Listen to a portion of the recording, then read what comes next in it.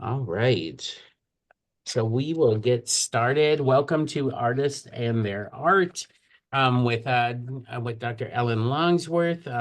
I'm pretty sure everybody knows who Ellen is. Here comes someone else I don't know on an iPhone, so we'll see.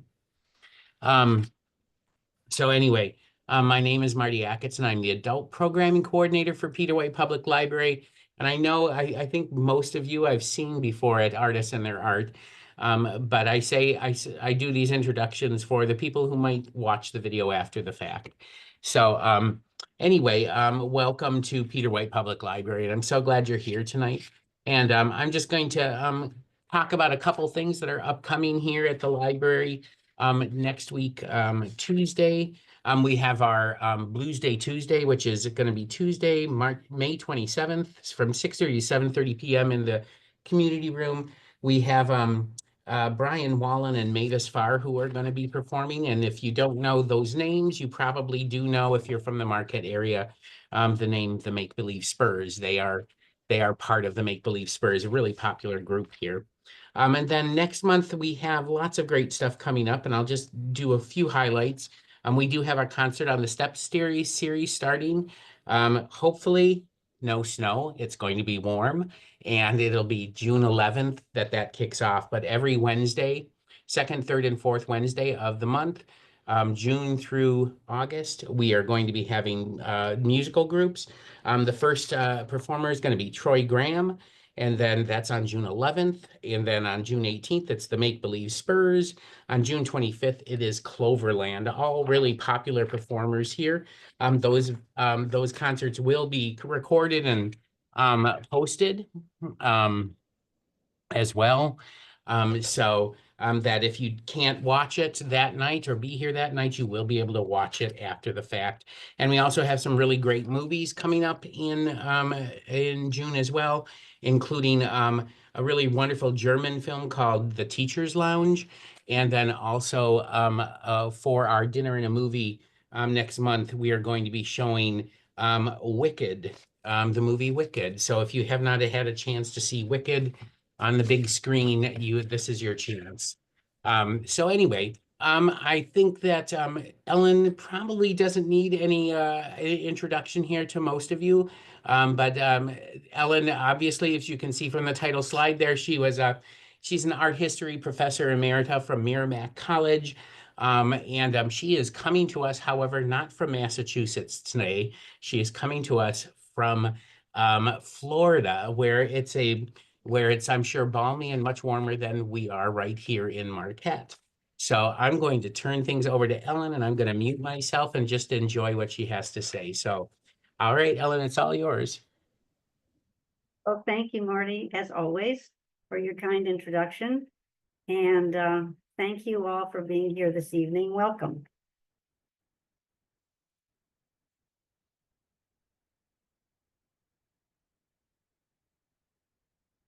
Caravaggio was born on September 29th, 1571, and died on July either 18th or 19th, 1610, at the age of 39. Next time, I will go into what little we know about his demise, but today we kind of start at the top.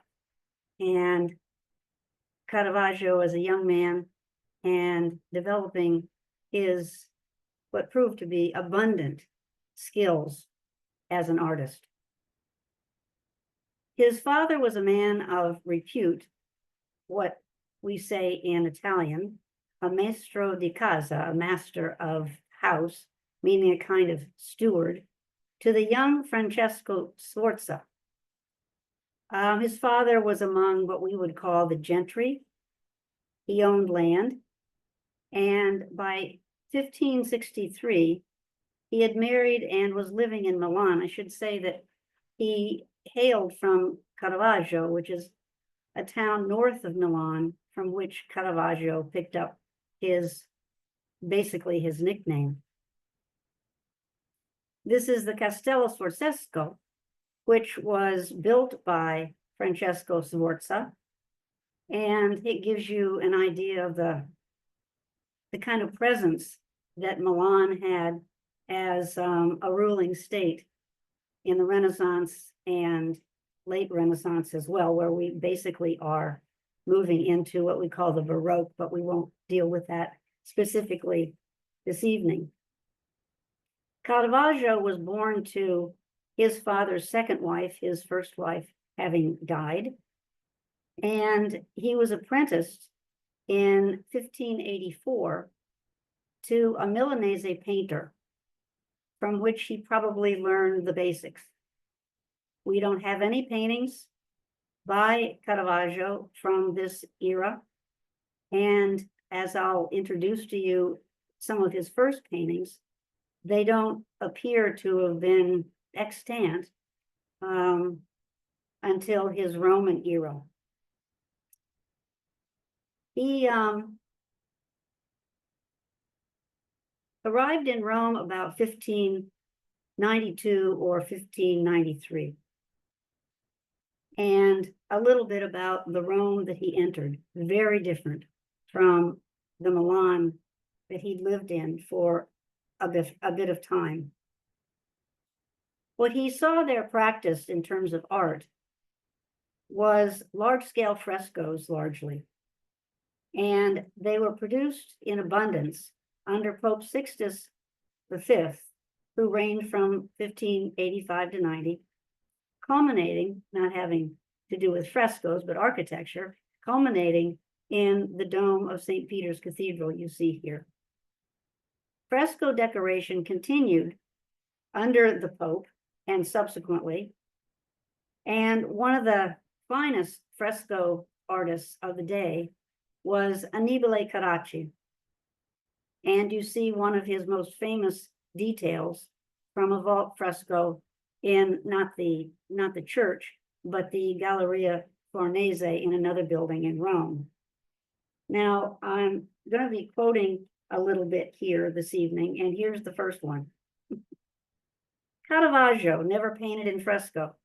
He always worked within a relatively narrow foreground space, as you'll see, but his pictorial scope and accomplishment grew dramatically in the decades he spent in Rome. His art is also compulsively personal, with direct or indirect references, as we'll see. All of this is very different from the assimilated high Renaissance sophistication of Annibale's great frescoes, as here. Furthermore, Caravaggio, this is now my words, not a quote. Caravaggio did not draw. That is, he did not sketch his images before he began painting them. This is highly unusual. He probably learned and prepare paintings under his master in Milan, but he just did not continue that traditional practice. What he developed was what we call alla prima, ALLAPRIMA, if you're interested. It's called basically at the first. And his compositions composed in this way meant that he would begin painting a work. Let's say he has a couple of models in front of him, because he did work from people he knew. And this is something also unusual about Caravaggio. And then made some changes. So he would ask the model to change his or her position or their positions, and then he'd paint over what he'd already started and continue the composition, meaning his paintings, and they've been x-rayed, have some of them several layers of paint as he changed his mind and finally decided upon the final composition.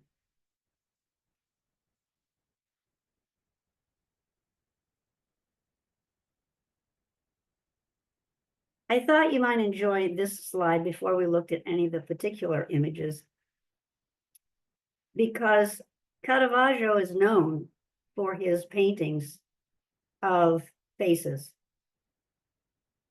for their strong realism, and especially the depiction of faces that he knew, both male and female, and also of himself. he included himself in several of his paintings, as we'll see some examples of that coming up. He employed chiaroscuro, which means a strong contrast between light and dark, and you can see that here in these details. Not that he's the first to do this, but he emphasized the contrast between light and dark. And by the way, this has yet another term, another word attached to it, and it's called tenebrism. He also was very caught up in the depiction of naturalistic details to create dramatic and emotionally evocative so-called portraits. And I think you can perhaps see that in these many faces that he produced. And he often depicted ordinary people as models for his religious and mythological scenes, adding to the realism and immediacy of his work, as we shall see.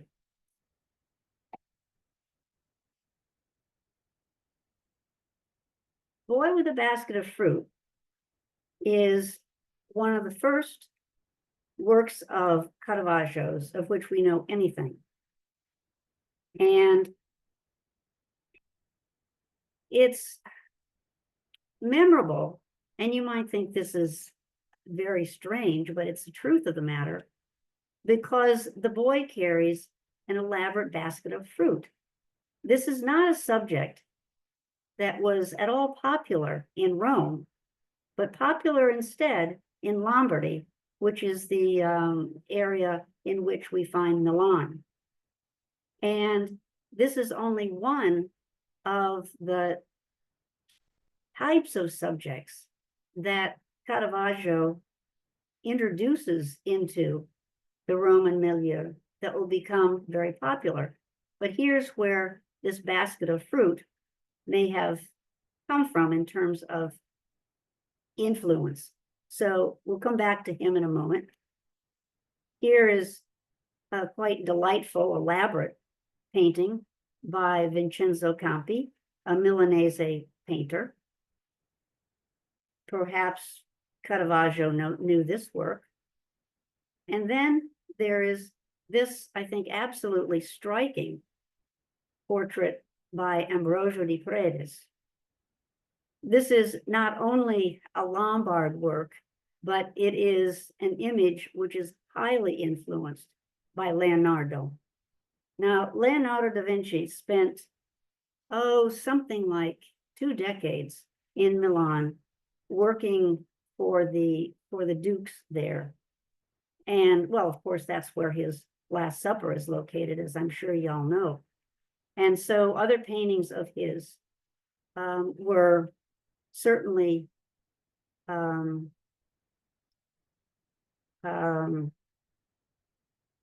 in places where they could be studied. And Ambrogio di Paredes certainly studied Leonardo, and it would seem that Caravaggio, if he didn't know the previous painting, certainly had to have known this, because notice the contrast between the lighted figure and the dark background.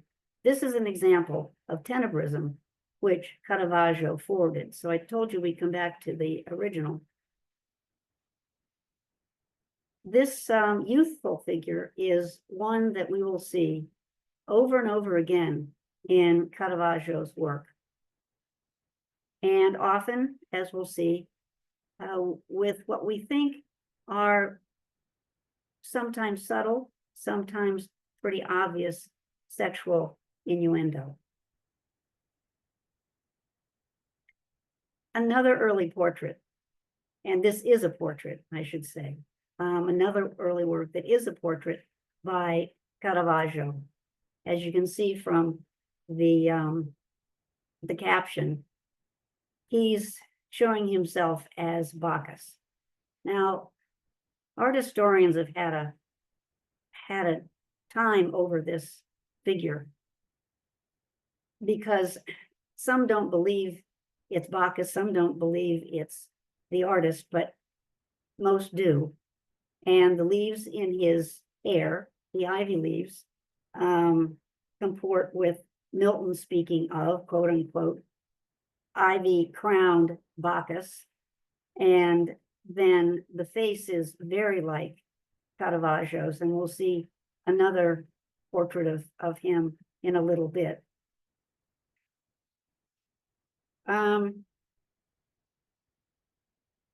Let's go on to the next. No, wait.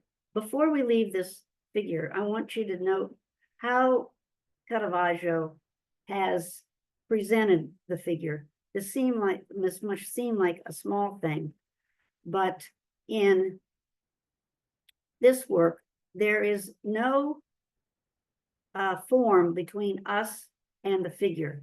So we don't have an idea of kind of the spatial ambiance in which this boy exists. Here, Caravaggio is using a ledge on which, as you can see, are fruits and more ivy leaves. And so this gives us an impression of where the figure is relevant to us in space.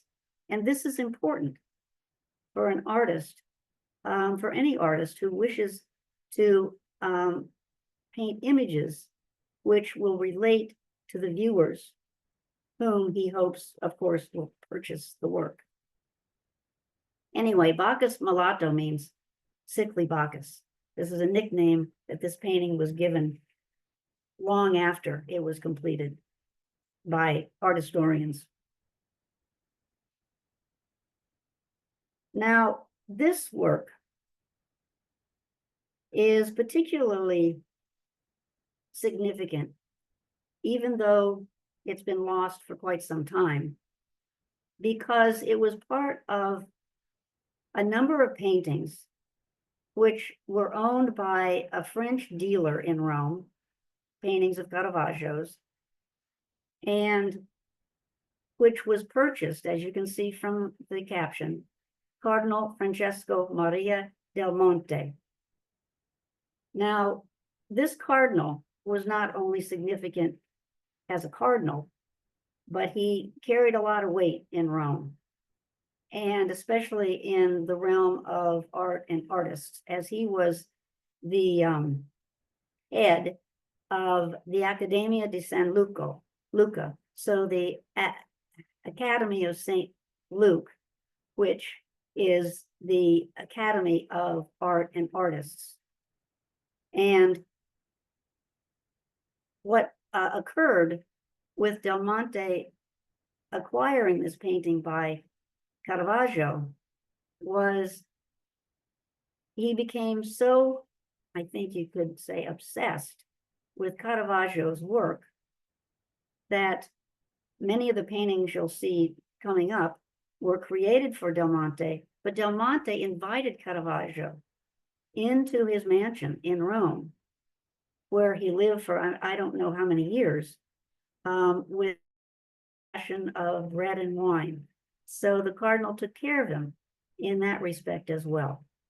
Because when Caravaggio traveled to Rome, he was virtually penniless. I didn't mention this to you, but his family, all of his family had died of the plague, and he was orphaned at something like 9 years old.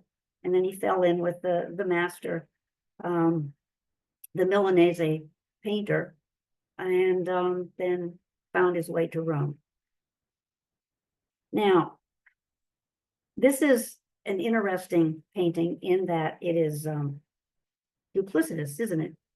You have this young boy who's innocently looking at his cards, and this older figure in the back, which often is called a gypsy, so we'll call him a gypsy, who's peering over the young man's shoulder and indicating to the other young man who's reaching in his belt at the back, and it looks like he's got a pocket back there, with a couple of aces, telling him what to pull out in order to beat the other young man at cards. Again, as with the basket of fruit, this was a subject, and here you could call it a narrative. We have a story going on here that was not known in Rome, but it becomes popular as this work was known for long enough to be copied several times over. And you'll notice here that Caravaggio gives us a larger table, right, as well as more figures. So we have a much better idea of where we are in relationship to the figures.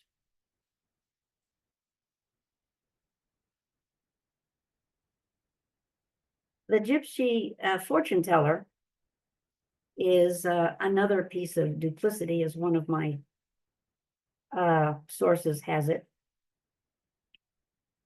And no one before Caravaggio, again, as far as this subject was concerned, ever represented a gypsy fortune teller. And again, these compositions will proliferate after this one. So what is happening is this delightful youth. He's reminiscent of the youth we've seen before, isn't he? Is looking kind of wistfully at the gypsy, pretty little girl, and he's dressed well, so he's wealthy, and she is tracing the girdle of Venice on his palm, whoever that is, anyway, or telling him about his loves to come or something like that. And at the same time, she's extracting the gold ring from his little finger. Very subtle, much more subtle than the card sharps. And once again, we see Caravaggio concerned with details, not only of facial features and expression, but also of textures, particularly that boy's, what is it, silk, satin, costume, something of the sort.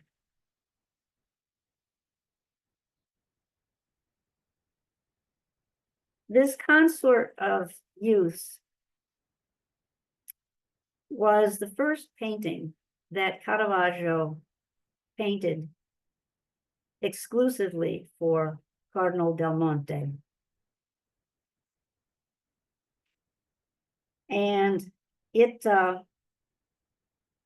has as its basic tenet love as analogous to music or vice versa.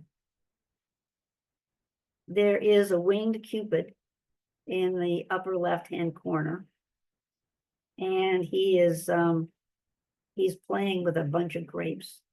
Again, fruit as well as music here, and in this context, certainly having to do with pleasures of the flesh, not to mention the young man to the right, who was very scantily clothed. Now, we don't know anything conclusive about Del Monte, but I'll just throw out what is surmised, and that he was, if not a homosexual, a heterosexual person. And so these beautiful youths that Caravaggio painted for him clearly would have endeared him to the artist. Now, the figure in the near center with the lute seems to be tearing up. Is this music sad? What's going on here? We don't know. Let me show you a detail. So the figure there to the far left, his eyes are kind of watered. His mouth is open, as if he's having some kind of hard time.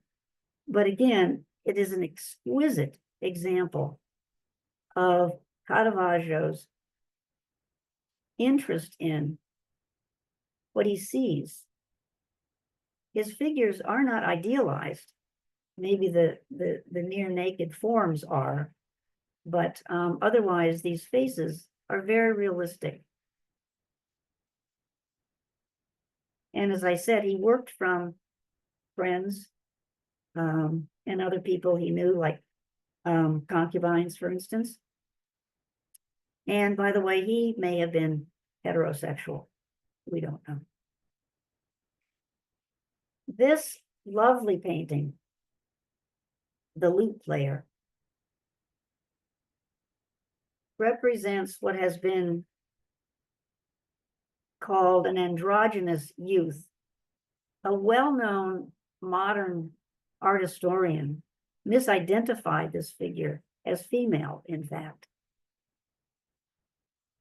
But he looks out at us with the same kind of dreamy expression, but no tears in his eyes, playing a lute with, as you can see, a bouquet of flowers, including roses, lilies, associated with love.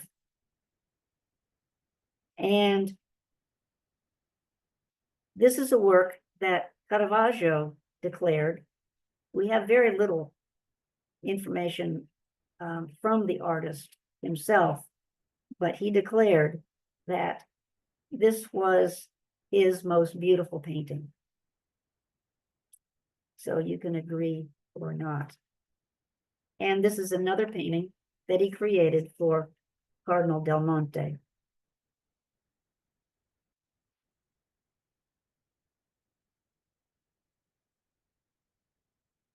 This figure of Bacchus is probably one of Caravaggio's most well-known works. And it's a real puzzlement. Not that the subject isn't obvious, but what is going on here? Here's a Bacchus with flesh that looks almost, soft and female-like. And he's offering that goblet of wine. And perhaps, as one of my sources said, he may be also offering himself as he's playing with the bow, the tie that secures what little clothing he has on. One of the details of this painting, which is really quite remarkable and very Caravaggesque, is what you see in the lower left-hand corner. And that is the little pitcher, glass container of wine. And notice that the wine still has bubbles around the edge, having just been used to pour the wine into that goblet. The kinds of details that Caravaggio was known for, those realistic details. And here, by the way, we have yet, you could say, an elaboration of the setting with Bacchus reclining on some kind of divan,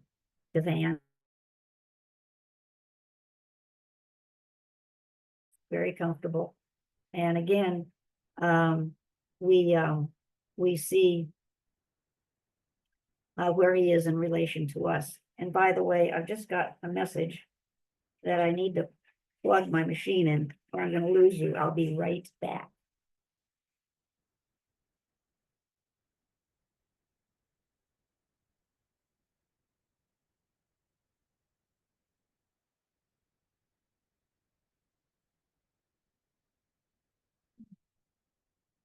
There we are.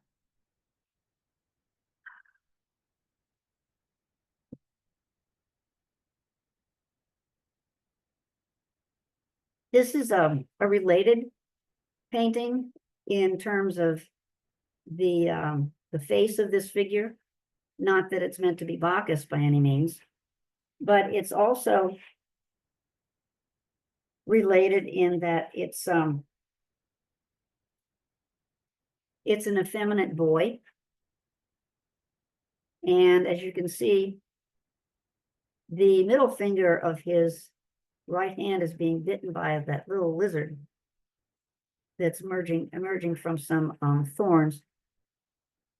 And there is also, let me see, roses in the painting. This is very sharply foreshortened. And what that means, if you're not familiar with foreshortening, is that we see the figure in very clear perspective. That is what is closest to us, like that very strong shoulder, is larger, as it should be, than what is behind on the other side, the other portion of the figure's body. And it's thought, again, that because of the presence of the rose, and because the lizard is biting that certain finger, that this is another painting with sexual associations.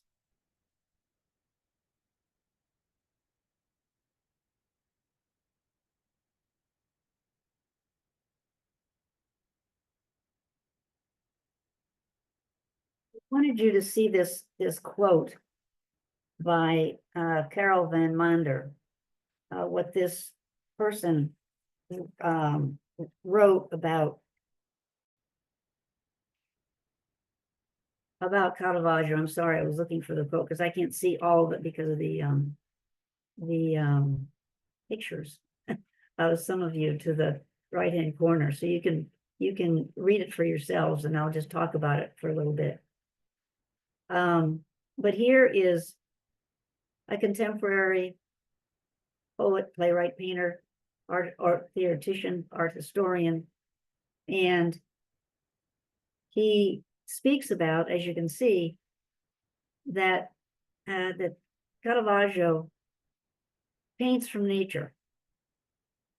And the last line, he will not make a single brushstroke without the study of life, which he copies and paints.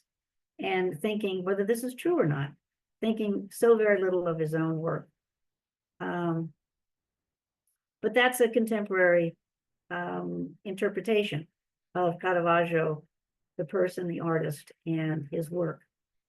And so we've seen a little bit of this already, and going forward even more. That is his work from nature, like that glass container of wine, absolutely exquisite, exquisitely seen and replicated. He began painting religious works at the same time he was creating some of the other works we just saw. And this is his first known religious painting. What we understand about this repentant Magdalene, as it began as a portrait of someone he knew, just simple portrait of a woman he was familiar with. And for reasons only Caravaggio could tell us, he transformed this simple portrait into a sorrowing Magdalene. Her sorrow, of course, is indicative of the fact that she sinned and she's repentant. She's saying she's sorry. What she is wearing is garb, which is fairly modest compared to other artist representations of the Magdalene. But again, he was representing somebody he knew. He transformed her into the Magdalene. And again, you could almost reach out and touch this figure. She seems so real, don't you think? And here's an excellent example of his tenebrism, by the way. There's no real setting. You get a sense of where she is, but the background is very dark in shades of black and dark brown, and the figure very light, with the light, in this case, coming in from the upper right-hand corner.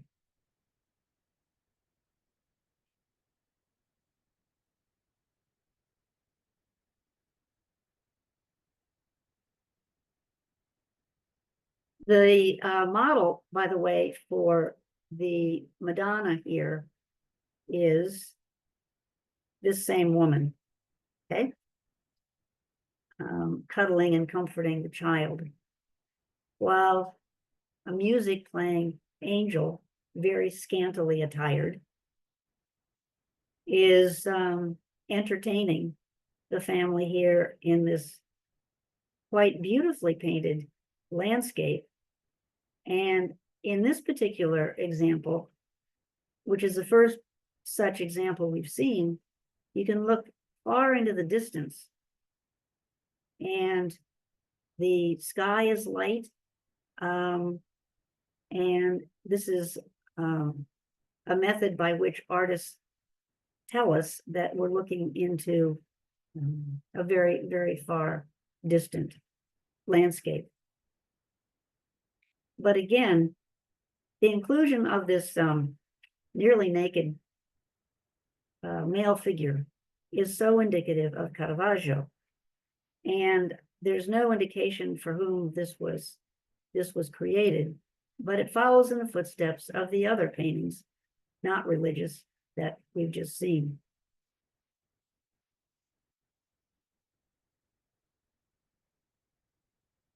This Ecstasy of St. Francis was painted, we're quite sure, for the Cardinal del Monte because his first name was Francis.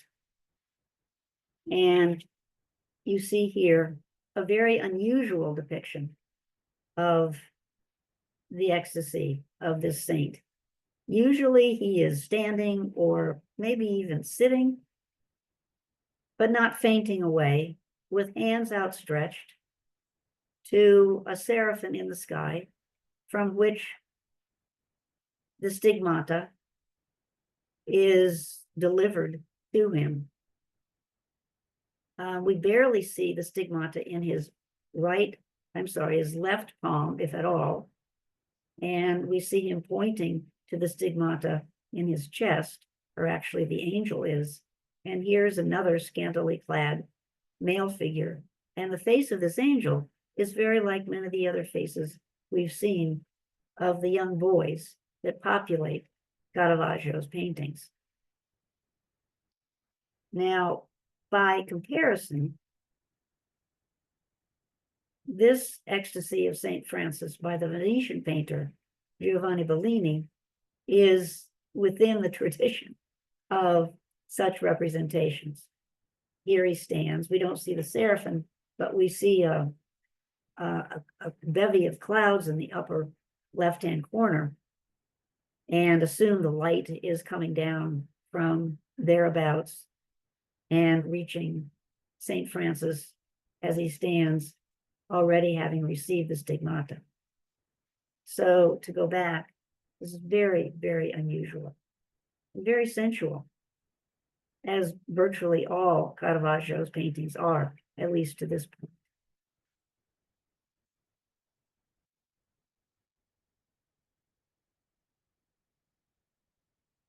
Saint Catherine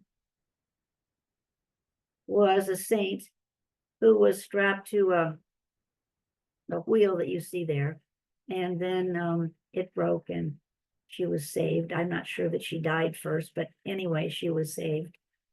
And here's an absolutely elegant representation of a female figure. Look at the clothing: silk, satin, variously patterned, abundantly beautiful. She, on the other hand, is attractive, but she's, again, is one of Caravaggio's ordinary people. She's not an ideal.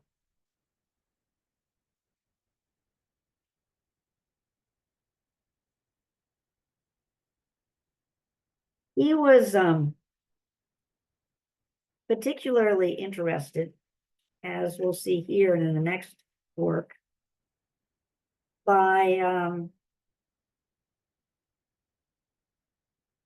pain and, well, here, murder, and the consequences, at least for this figure, Holofernes. And so, of course, this work illustrates a very famous story about Judith saving her people by bedding down with Holofernes and then beheading him. And here's a detail, another very fine image of a face. She even looks rather concerned, doesn't she,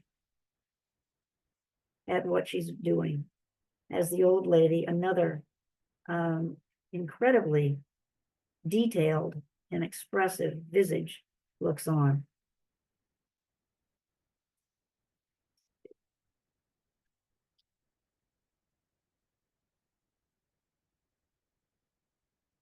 What I also wanted to say about this work, just going back to my notes here, is with this composition, Caravaggio begins to, as one of my sources tells us, darken the darks.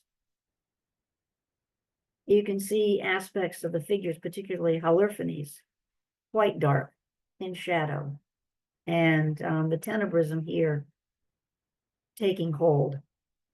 And he's concerned here, as I was trying to say, with drama and cruelty, which is also echoed in this head of Medusa. Another sacrifice, but for good, as we understand the story of Medusa. With this face, could very well be the artist's face. We're not sure about that, but it's close. Look at the detail in the snakes' bodies, and the reflection of the light, which creates a silvery texture. Realistic. Not to mention Medusa's eyes.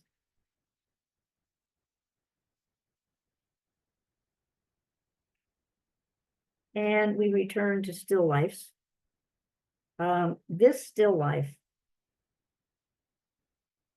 is one that I've seen many times, having studied in Milan in the Biblioteca Ambrosiana, where this painting hangs. And what is really interesting about this, aside from the fact that it's an exquisite portrait, and here I mean that word, portrait, of these various fruits and leaves, some dead and deteriorating, some quite alive and well, so to speak, that this work belonged to Cardinal Federico Borromeo. Now, the Borromeo were a very important family in Milan. And another Cardinal Borromeo, Carlo Borromeo, you might know, was the cardinal who instituted what we call the Counter-Reformation. And so, in other words, this painting belonged to a very important member of that family. And he had it hang in this library, the Biblioteca, the library, Ambrosiana, which he founded. So it's been there ever since the late 1500s. And what you see here is something that we haven't seen before in Caravaggio's work. Look at the basket and how it rests on this ledge. Now, it's not going to topple into our space, but we have a sense that it's inching its way into our space. This is called trompe-l'oeil. It's a method of suggesting illusionistically that this basket of fruit is soon to belong in our space, trompe-l'oeil. Very sophisticated method of illusionism, basically.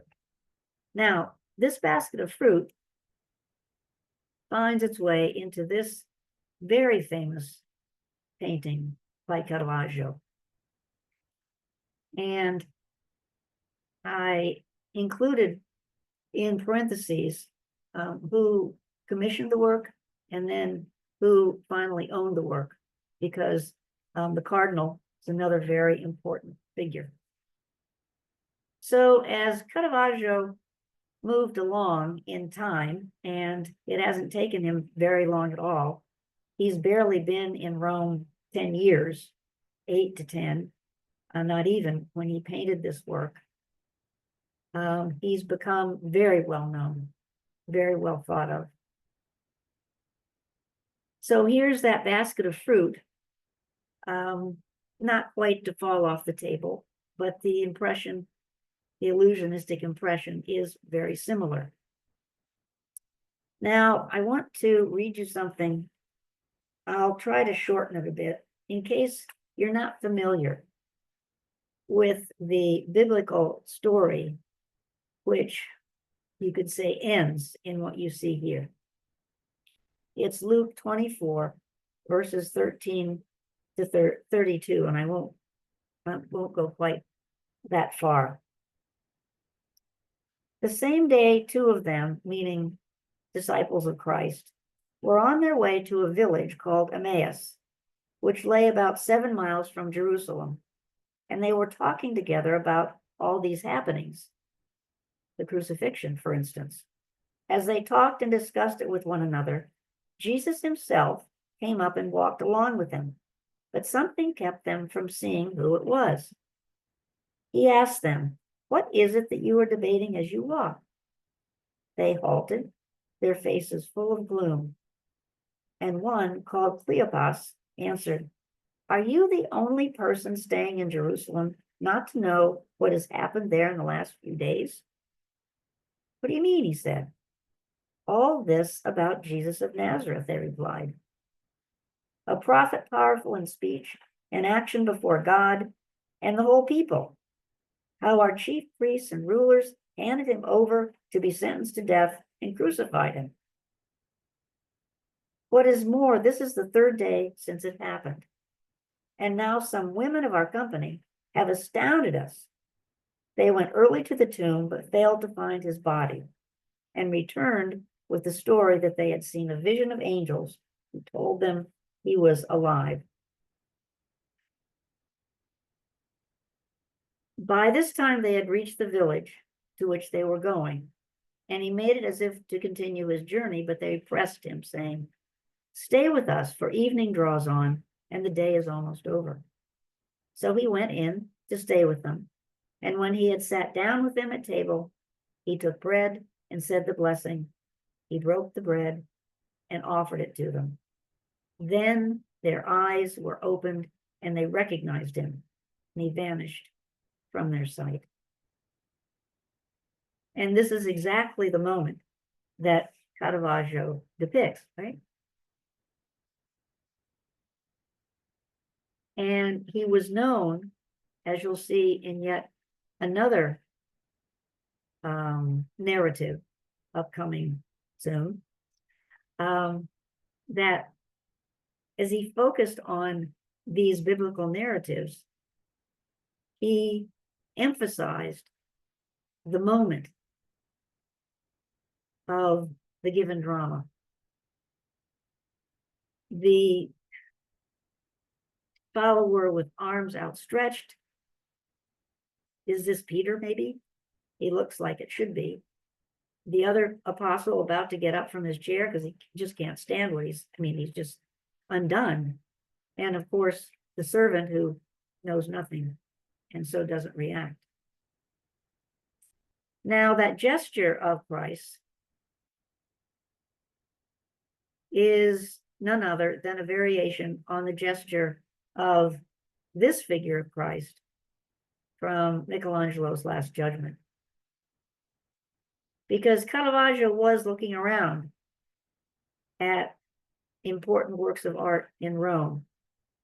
And this is not the first time, or I should say this is not the only time, but I think it is the first time that he will look at a Michelangelo and find a way of using what he sees in one of his own works, a variation on what he sees.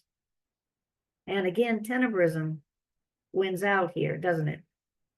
The figures are lighted, but from light that comes from above, the background is dark and even darker behind Christ. And look at his face. It could be a face of anybody, not idealized. It's not like this classical figure, this classical face of Michelangelo's. Now, this next, I think, will probably be the last several paintings I'll talk about today. We have just a few minutes left. The Contarelli Chapel in this important church in Rome, San Luigi di Francese, which means the St. Louis of the French, was a chapel that had gone through a series of, you could call it phases, in terms of commissions to find the appropriate artist to decorate it. Caravaggio was not the first artist who was asked to see if he could decorate this chapel in this church in an appropriate manner dedicated to St. Matthew. This is the man who owned the chapel, as you can see from the caption. This is the church itself, beautiful kind of late Renaissance facade. And maybe some of you have seen this chapel, decorated on the three walls that you see, both sides, and then over the small altar by Caravaggio. On the left is the calling of St. Matthew. Straight ahead is the inspiration of St. Matthew, and then his martyrdom to the right. And you can see that especially the paintings on the flanking walls, left and right, are very large. And they are the largest paintings Caravaggio had executed to date. So this was a real challenge for him. And also, he did not paint in fresco. This kind of decoration typically was created out of fresco, but not Caravaggio's work here. And here's another view. If you're there, this is kind of the skewed view that you would have from one point of view of the left-hand wall.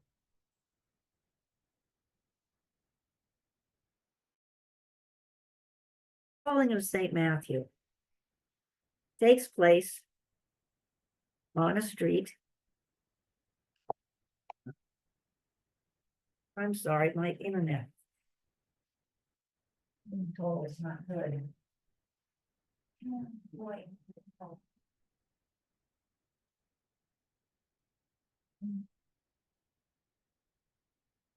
I'm sorry, I hope I don't lose you. Anyway, takes place on a street. Sometimes it has been emphasized that in fact we're inside a tavern. We're not. We are outside on a street, and you can see the corner of the building there to the left. And there are several figures which are sitting around this table to the left. Two of them are youngsters, as we've seen in other of Caravaggio's paintings, very well dressed and carrying swords, as did Caravaggio himself, a subject for the next time. And approaching them is Christ with his arm extended, outstretched, and St. Peter. Now, we'll come back to this, but I want to show you the face of Christ. Handsome, but not idealized. And this outstretched hand is that of Adam in the creation of Adam in the Sistine Chapel ceiling. Christ as Adam, Adam as Christ. The same limp hand, extended finger. Sorry, let's go back to the full view. And you can see that the dark shadow from the right helps us see Christ and St. Peter, but also emphasizes the diagonal from Christ to St. Peter. Now, who's he pointing to? This has been a debate literally for years.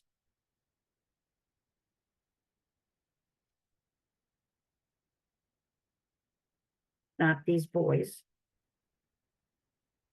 They're curious onlookers, very like the boys we've seen already in Caravaggio's paintings.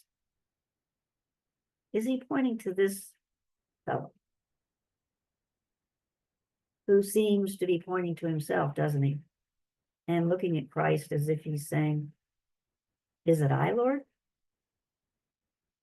If so, of course I'll follow you." And this is the interpretation that primarily is given to this painting, but it's wrong. Christ is pointing to this figure who's not paying any attention at all. And if you look at the bearded figure, you can see that that pointing finger of his could be pointing at himself, but also could be pointing to that younger figure at the far side of the table who is not paying any attention. And that is precisely the case, because that is St. Peter. But the puzzling quality of this work has followed the notoriety of Caravaggio through the ages. When I was an art historian, I learned that it was the man with the beard who was St. Matthew. True.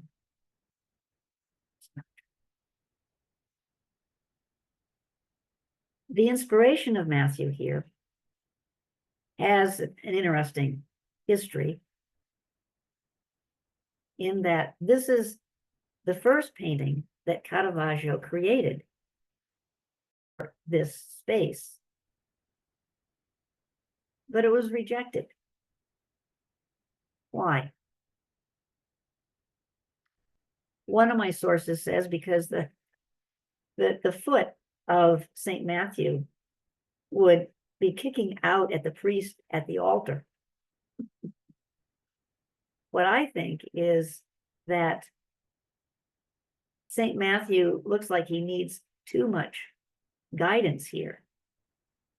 An old man who needs to have that angel guide his fingers over this book to find out what he is to proclaim.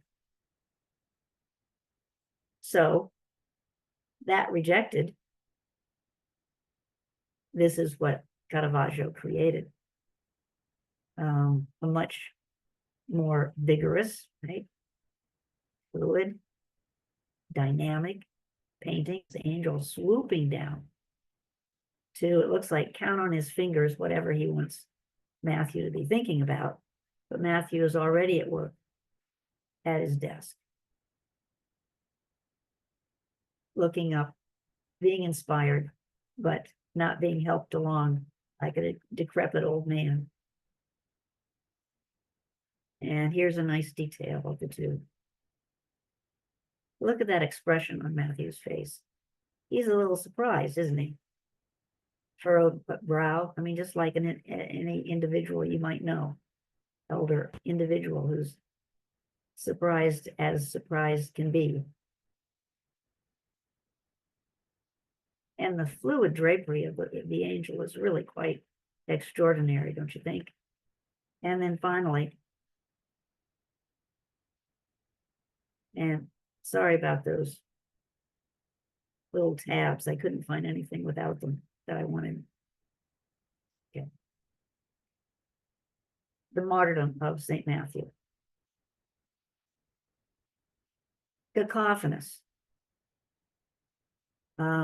One of Caravaggio's most violent paintings. The beheading of Holofernes is calm compared to this. The screaming youth, the cowering figures on either side, the angel above who's giving Matthew that palm frond of salvation as he lies about to be stuck to death by that sword, that long sword. Now look to the back of the painting to the left, way back, after we look at Matthew. This is Caravaggio looking on, sorrowful, mournful. The artist himself witnessing this martyrdom.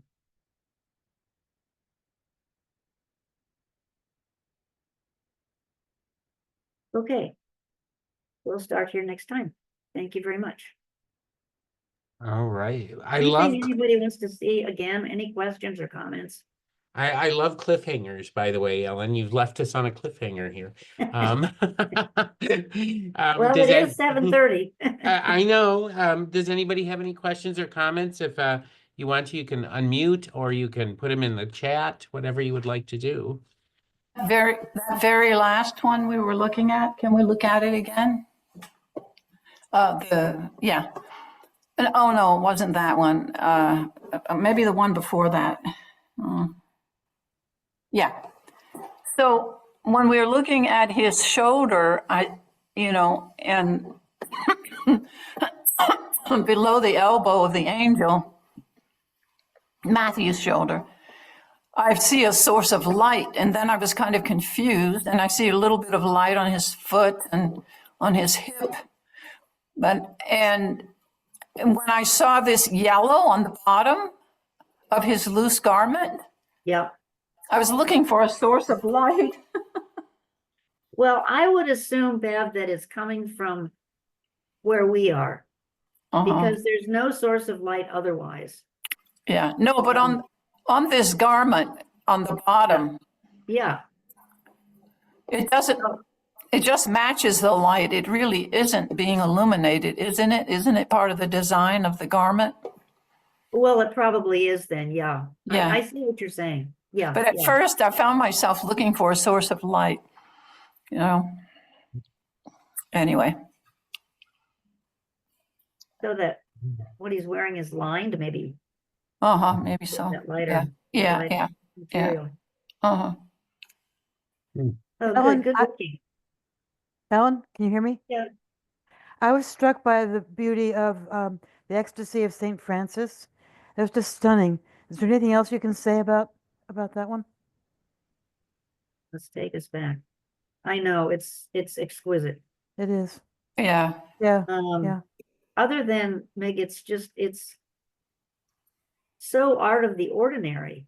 And Caravaggio, as I think you've seen, was a very emotional person. He oh, this is another story, but he had his own way about most everything, which didn't necessarily correspond to what people thought a person should be doing or thinking or feeling. That's all I can say is because I've never seen anything like this either. As the ecstasy of St. Francis, as I mentioned, I think. So all I can say is what I said is it's a very personal interpretation on Caravaggio's part. And it's in a very dark landscape. where did the stigmata come from? We're not told. I don't know. Can you zoom into the hand, the left hand? Can we see any stigmata? Well, I can't do that. Oh, you can't do Um, that. Okay, Maybe okay. one of you can know. Actually, looking at this, when I decided to include it, I didn't see any stigmata, Okay. frankly. It just, the hand is held in such a way that it's intimated that, well, maybe Yeah. it is intimated that it's there. Mhm. All the angles. Sorry, Meg, I really can't answer your question. Yeah, it's just breathtaking. It really is. Yes, it really is. You're right. You're right. I just wonder about all the angles, the geometry of it, if that's, No, I see what you mean. yeah, The and the way color. the angel is kneeling, the way Francis's arms are kind of akimbo, but the diagonals they Yeah. make up the composition. You're absolutely right. Yeah. Yeah, yeah. The wings, yeah. I love the way that bow, the end of the bow catches the light. Do you see that? Yeah, sure do. Yep, Mhm. it does. Things are illuminated when you're not expected, like the angel's toes, Oh, yes, you're right. You're right. and He didn't follow the rules. Oh, bravo. Thank you, Ellen. thank Well, you, thank you Ellen. very much. Thanks for being here. Appreciate it. Okay. All right. right. Well, Ellen's going to be doing part 2 of Okay, Caravaggio okay. in July, All right. July 15th. So stay tuned. You will get part 2 of that. I want to thank you, Ellen. I love you, and I always appreciate you Love you doing too, these. Marty. This So is great fun. Well, it's fun, but I enjoy it. Hey, yeah. Lee, how do you do? Absolutely. All right. Well, everybody, I hope you all have a really great evening, and thanks for coming. And hopefully we'll see you at some other events here at the library. And if not, we'll see you in July for part 2 of Caravaggio with Ellen. So you all have a great night, okay? Okay, you too, Nice Marty. hearing Marty. you guys. Thank you, Al. All Bye, right. everybody. Marty. We'll My see you pleasure. later. Thank Hey, you, Ellen. co-captain. Bye-bye. Bye-bye. Bye-bye, guys.